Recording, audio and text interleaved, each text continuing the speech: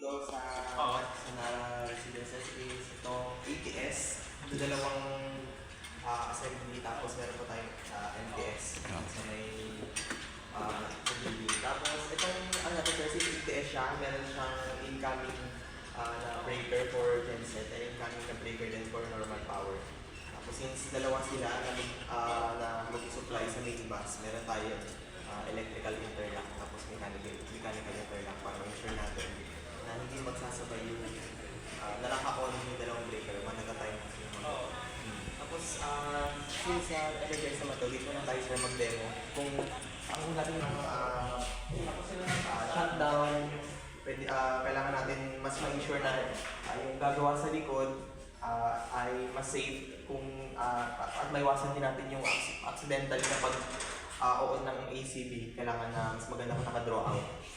Ngayon naka-draw out siya. Kung mag-draw out tayo sir, ay mag-draw in tayo is kailangan lang natin na i-push to itong open. Pwede sila mag-draw? Sila yung Tapos tapos ito, push natin and hold, tapos insert natin ito. Tapos once na may insert na siya, lalak pa natin. Tapos since naka-disconnected siya ngayon, kailangan natin siya i-clockwise na rotate para ma-reach siya yung test position.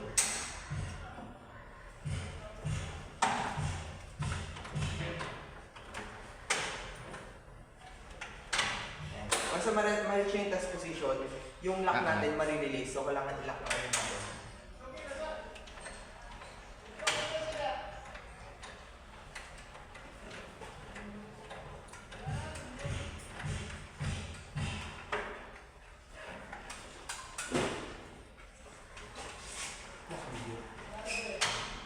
Pag na-release na yung lock, nakaturo na rin naman yung arrow sa connected position.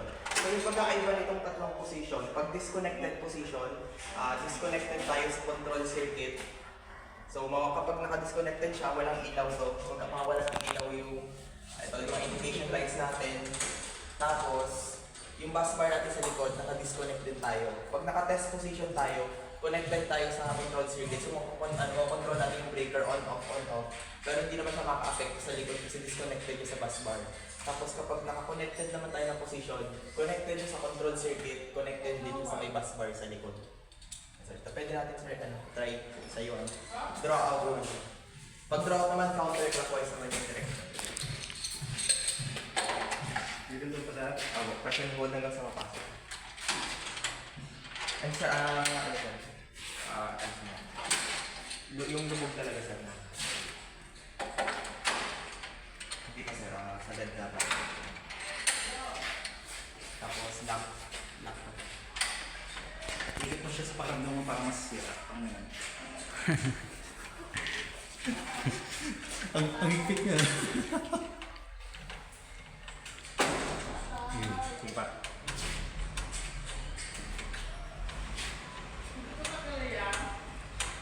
Sir, kailangan pa naman yung CCTV sa view.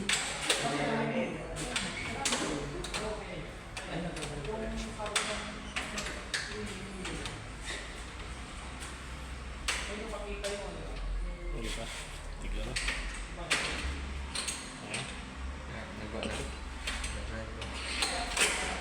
Once na mag-ano yan sir, pwede pa natin siya i-draw out talaga.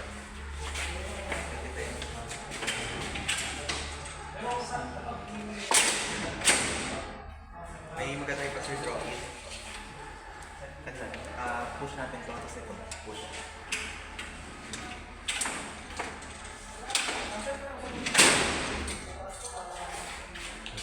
Ano yung push yan? Ayun sir.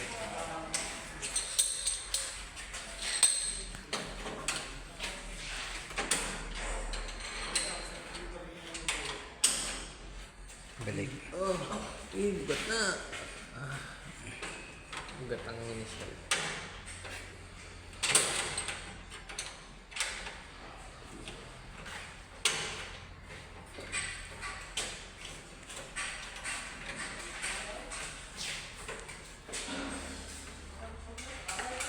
Gasulod sa katugan.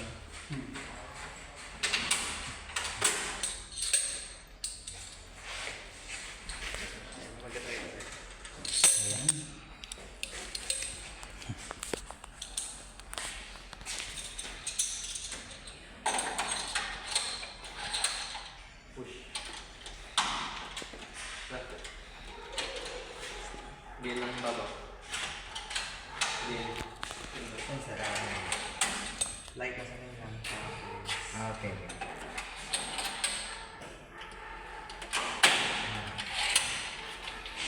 Lock kasi. Bali ano sir? Yes, Kad. Kapag Yan. pag i-disconnect mo sir, counter.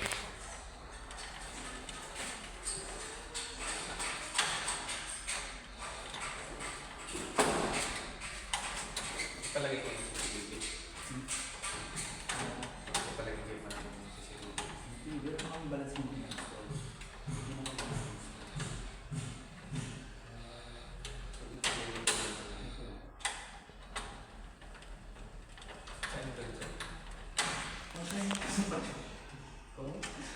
Kung saan nakatakas ka nila, doon. Bulang na pa. Okay na po. Disconnect ka rin. Okay na sir. Pwede na po. Ba't kung ano? Tapos sir, ito yung ano natin, sa control circuit naman natin. Ito yung control, na meron naman tayong tinatawag na designation. Nakalagay dito kung kaninong control circuit. Itong mga breakers, mga contactor na ito, kaninong control circuit ito. Ito, nakalagay dito is N, lahat dito N, sabihin dito yan sa normal. Na ACB. So ito, ito, DM for digital meter, itong tatlo, for line 1, line 2, line 3 niya na sensing. Tapos ito naman para sa ATS natin na module, para naman sa voltage sensing din to ng ATS natin. For line 1, line 2, line 3. Tapos ito naman for ACBN, ito yung pupunta sa may circuit na ACB natin, ito na po yung lahat. Okay. Yan. So minsan kapag i-on natin yung ACB manually or makikita natin hindi nag-on yung ACB gamit yung electrical operation, pwede natin i-check dito kung natanggal kasi lumuluwag dito sir. Lalo na kapag marami yung load, medyo nag-vibrate na rin yung switch gear. Possible, pwede siyang lumuwag or matanggal.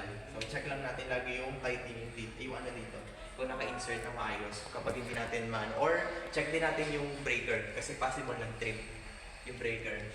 Bali, kailangan ang ito is always on dapat. Tapos naman, drawing ko muna.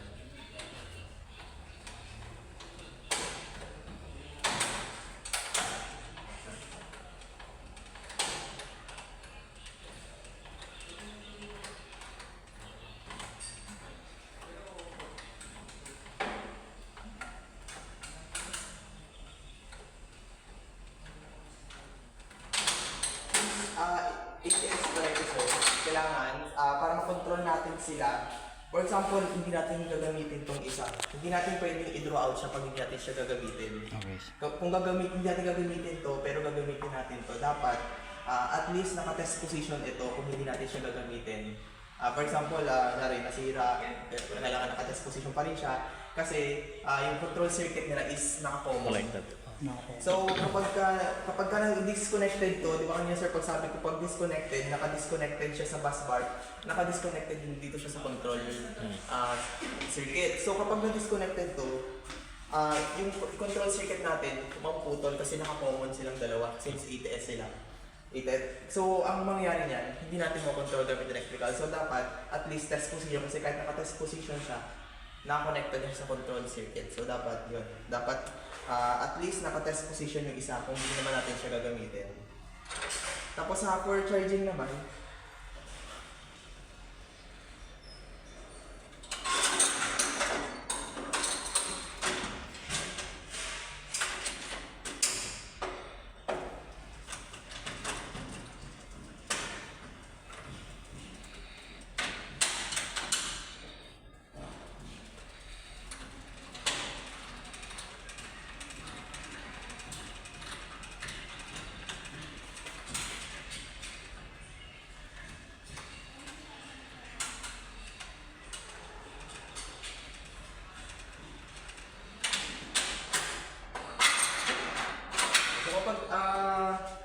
natin to, hindi natin to, ayun yung sa mechanical interlock natin. So, isa lang pwedeng gumana. Yes sir, one at a time lang. Safety. Tapos ito. Tapos sa pag-charge is, kailangan siya i-crank manually kung wala tayong supply. Kasi kung may electrical operation tayo, automatic mag-charge lang to. Pero kapag wala, Manually charge natin gamit itong handle ng crank natin ng 6 to 7 times.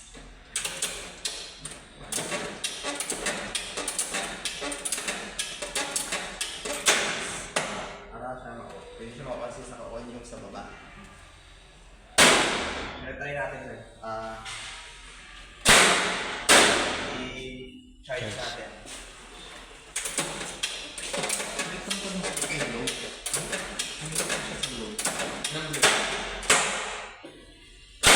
Sino ka sa overheating? Kailangan Okay, pwede. sige. ETS natin. And then meron tayong control switch and selector switch. So yung control switch, kung naka-manual yung ATS natin, pwede natin manually yung software breaker. Pero kung naka-auto tayo, hindi natin kailangan galawin itong control switch natin. Ito na lang po yung magpapatransfer from normal to emergency and emergency to normal. Kailangan ng search tayo sa may automatic tayo ng ATS, naka-auto to auto to. Kapag manual search, click lang natin yung off kasi manual din dito. Balik natin kapag auto dyan. Tapos, dito naman sir sa may digital meter natin, naka-display naman dito yung pwedeng ngayon, default na display is yung line to neutral na voltage, average current, saka yung kilowatt hour, ay yung kilowatt na reading. So, kailangan ito yung navigation lang isa, up and down. Ayan. May dito naman yung dito, power factor, frequency, line to neutral na voltage for line 1, line 2, line 3, line to line, yung line 1, line 2, line 3 na current reading. Ayan, kilowatt reading. May kilowatt hour genset, no? Meron rating. Pagka yung genset, meron din ba? Meron dito naman sir sa genset. Pero running siya sa na rating. Opo sir na... Kumbaga, for example, ngayon 100. Tapos, mamayang madaling araw, tatakbo si genset ng mga isang oras. Tataas sa 100 yan. Opo sir, may pumapatong na ito yan. Ito po yung sa kilowatt na reading. Ayan, kilowatt hour. Ito isa sa may ano yan.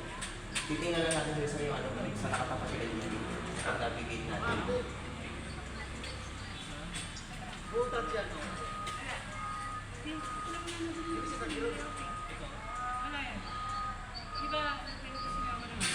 At very voltage lang naman, no? Check mo yung ganun. Ito.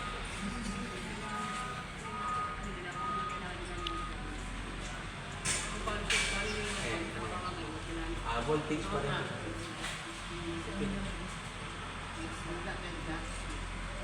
Bago siya ano yun. Ang nakakarang S na pala. Pero yung kung is yung real time na ano natin, dito tayo sila mag-release. Real time na Dito for average, pero pwede man natin ito ng yan. So ito lang yung select 96 na ito. 99.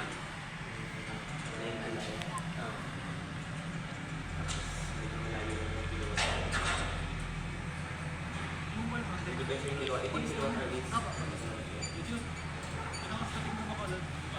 Tapos nakalagay din dito sa yung multiplier niya. Ito is kilowatt hour. Ito is ampere na average. Ito is voltage na average. Tama. So pero ito, nakalagay naman dito sir kung naka-times 1,000 or hindi. Dito na. Dito na. Times 1,000 na. Wala na yun. Kilo 7,000. 7,320. Tama ba siya? Kilowatt na rin, 27,000. Kilowatt hour. Akin na. Shell. Nagpo. Bali, ang nakasama dito sa Manara, sir, is 1 Nara plus clubhouse pa. Ay, Alam mo lang sir kasi after ito, Dun sa heavy. Yung ano pa nila sir, pag-operate kasi. Ang pag-operate kasi nito sir, pull and then twist. Full then twist para i-close or open. Tapos yan, momentary siya, so babalik pa rin sa original position niya. Yung original position niya is ito. So, kunyari, nag-trip siya or namatay siya, i-off muna namin. Ayun sir, automatic, pag once na mag-trip kasi sir, once na mag-trip siya, hindi ko na, automatic off na pa sir. Tapos hindi siya ma-on kasi ma-release ko sir ito, yung reset na ball. Wala na reset dyan. Ako sir, bali kapag once na mag-trip, ma-release ko yung reset, tapos ang kailangan natin yan sir, kailangan natin i-trace muna, tapos i-clear muna yung ball bago natin i-close ko ito, tapos reset din sir, dalawa yung reset mo. Ito sir, reset to kasi naka-latching ko sir, hindi natin siya ma-on once na naka-release to. Yung dito naman na-reset is yung para dito sa display niya. Kasi pag hindi natin na-reset, for example, nag-trip siya ngayon ng long time. Ito sir, kapag long time, ito IR. Short time, instantaneous, ito. Tapos ground fault ito. Ayan yung protection natin dito. Long time, short time, instantaneous, and ground fault. Yung long time for overload, yun sir na tripping. Tapos, short time, instantaneous, para po sa short circuit. Yung short time, mas mababa lang siya na current. Pero short circuit pa rin. Mas mataas na value ng current yung instantaneous. So, mas mabilis na yung tripping niya. Then, yung ground fault naman. So, kung nag-trip siya una is overload, mag-display yan dito and mag-ilaw din siya dito. So, pero kapag hindi natin siya na-reset, once na mag-trip ulit, for example, next tripping ground fault naman, yung tripping na next, ang mag-display pa rin niya ito. So, kailangan natin siya i-reset para sa next na tripping, accurate yung display niya na yes, sir, alarm. So, saan yung unahin i-reset? Kahit saan lang sir, basta ma-reset yung dalawa. Pero yung kailangan bago i-reset, kailangan ma-trace and clear muna yung fault. Pero kung, for example, na-reset ko yung display, so ngayon hindi ko na-reset yung button, hindi siya ma-reset. Hindi siya, may-reset yung display sir, pero pag hindi mo na-reset yung button, hindi mo siya Okay. Pero kapag na-reset mo ito, ma-on mo siya kahit hindi ito na-reset. Kasi yung display mo lang, hindi Yung na display lang na okay. opposite. Pero kahit naman mangyari yun, pwede mo naman siya i-puntahan dito sa ito.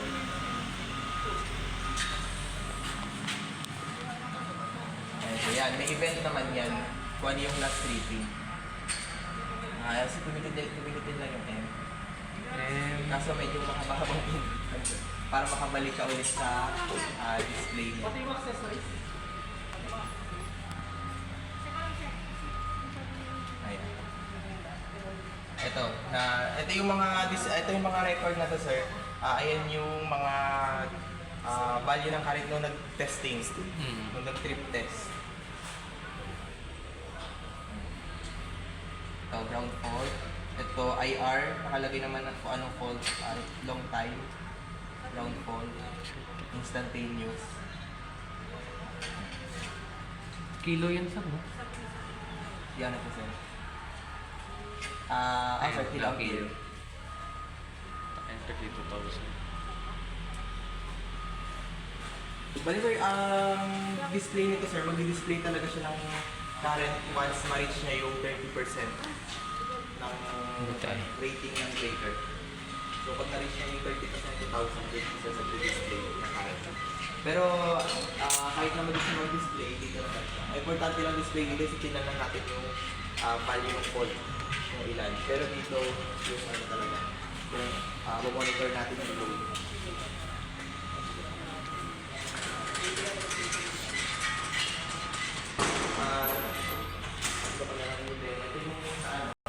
Safer pa mo siya sa rating signal. Ako na sa atin. So kahit mapatay ka hindi mo makakaya ng supply. Pero yung genset, di under. Ang genset, hindi siya under. Hindi siya under. Kasi ito dapat mag-trigger yung genset. So, bali, yan, pull lang, tapos then twist pag on. Doon na lang sa automatic lang siya charge. Electrical siya. So, try nyo lang sa on. Go! Go.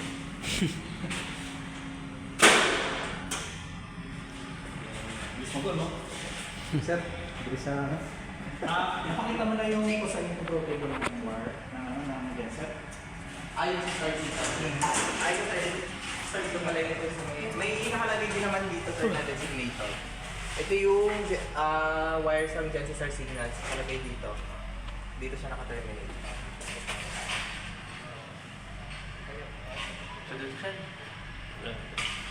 Dito, ano sir, dito naman sa taas yung for genset na control circuits. Dito yung sa normal.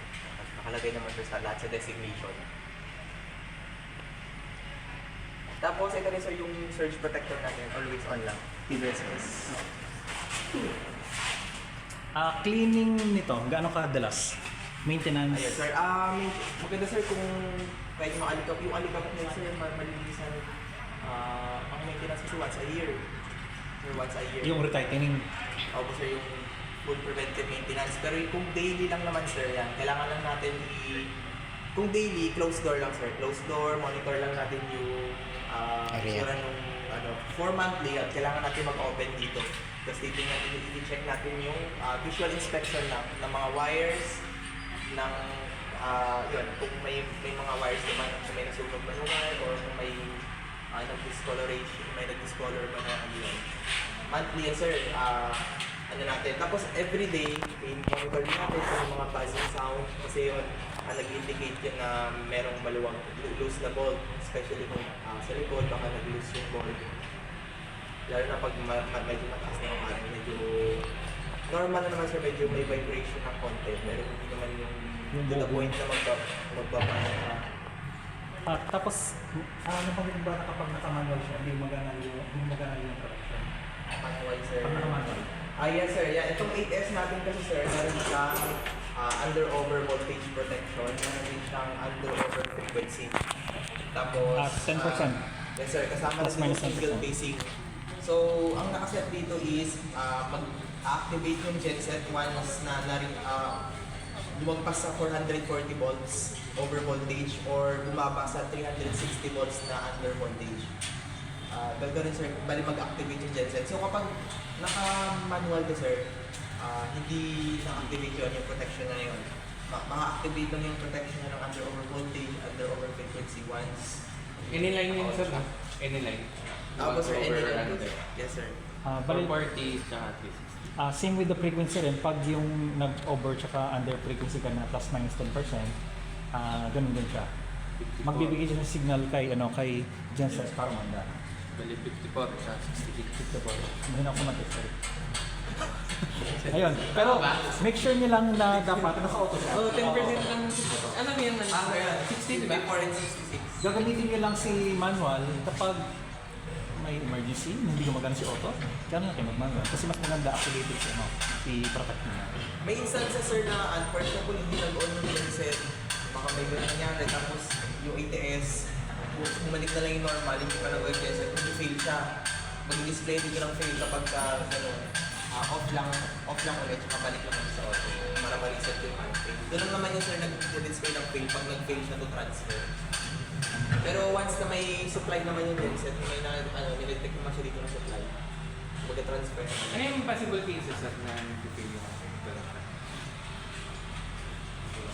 Meron kasi kami minsan sir na yung sinatawag kung hindi na-transfer yung ATS. Yung ang nangyari naman nun sir is, itong breaker ng genset, hindi niya, hindi, sa may tawag dito sa may same panel. Hindi sir hindi na-draw in yung feeder. Hindi siya bato ng kuryente. Yes sir, hindi siya nagbato ng kuryente, so nag-fail. So, tama yung sa'yo.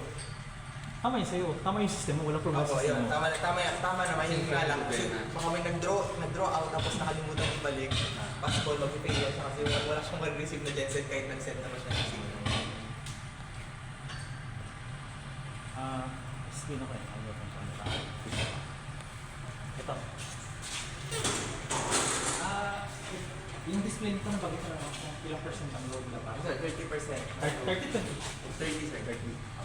So lalabas lang yung lalabas lang yung display kapag naka 30%. Tapos yung protection setting nito, as per dun sa setting ng consultant man to.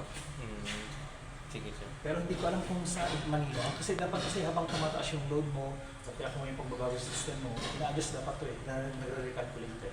So hindi ko alam kung ano yung ginagawa mo sa montage natin. So after 5 years, nagbabago na yung load natin, may mga delivery equipment, mga special pag motor, dapat yung setting na Makipapacheck bago na sa naman. buong system mo. Pakalipin. Para sa recalculate. Ngayon kasi nakaset yan, aside yung set ng UV, saan ako set natin, yung mga expected natin na load.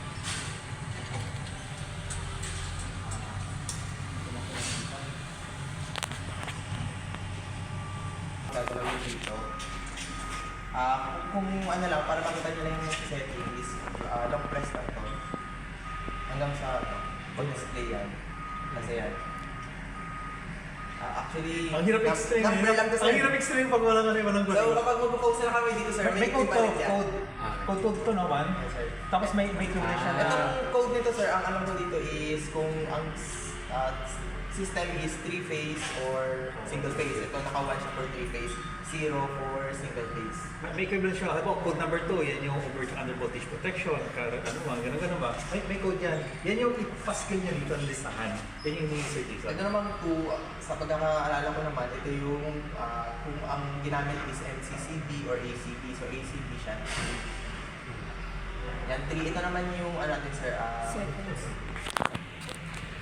Sa 3. Time delay seconds. Time delay from emergency to To normal. normal. 10 seconds na siya. Tapos, ito time delay to ng genset start.